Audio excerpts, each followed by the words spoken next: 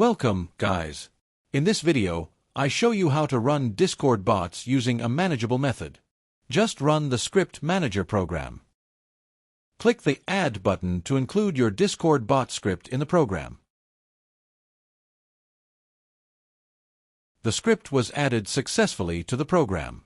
Click the Run button to execute the script.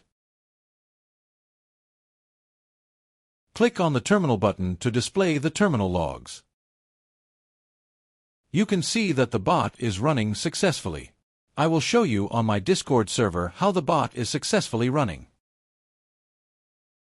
I am on the Discord server, and I have added my Discord bot to the server.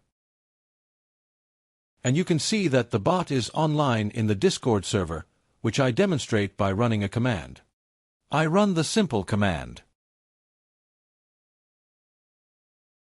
You can see the command successfully executed, and I will finally show you how to obtain the Script Manager program. Join my Discord server link in description and go to Ticket Channel and click on Purchase button to buy. This is my Discord profile.